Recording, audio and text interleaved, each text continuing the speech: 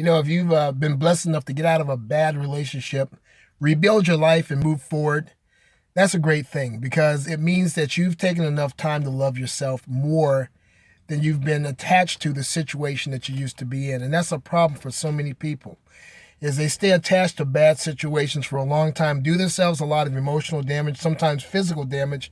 And by the time they get out of them, they're jaded, they're angry, and they're hurt. Not all the time, but quite often, because, I talk to a lot of people about their relationships and the things that they've gone through. And a lot of times this is the outcome that they're left with after leaving a bad relationship. But if you're one of those people who have repaired yourself and healed yourself after you left, then make sure that it stays that way. Make sure.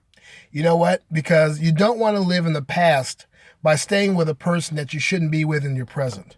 You don't want to be in the past by staying with somebody who just hurts you all the time. It has no respect for you, your time, or your love, or your resources. All right? You don't want to be living in the past because the only thing that you want to do with the past is to look back there and to see the places that you've been so that you don't go to some of those same places moving forward.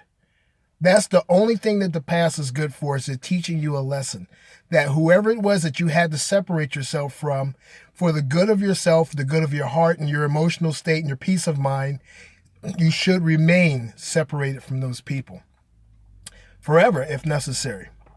Because going back to them after you've healed yourself is like taking the stitches out of the seams of a wound that you have, that you've mended. You don't want to go back and relive that damage by going through the damage again.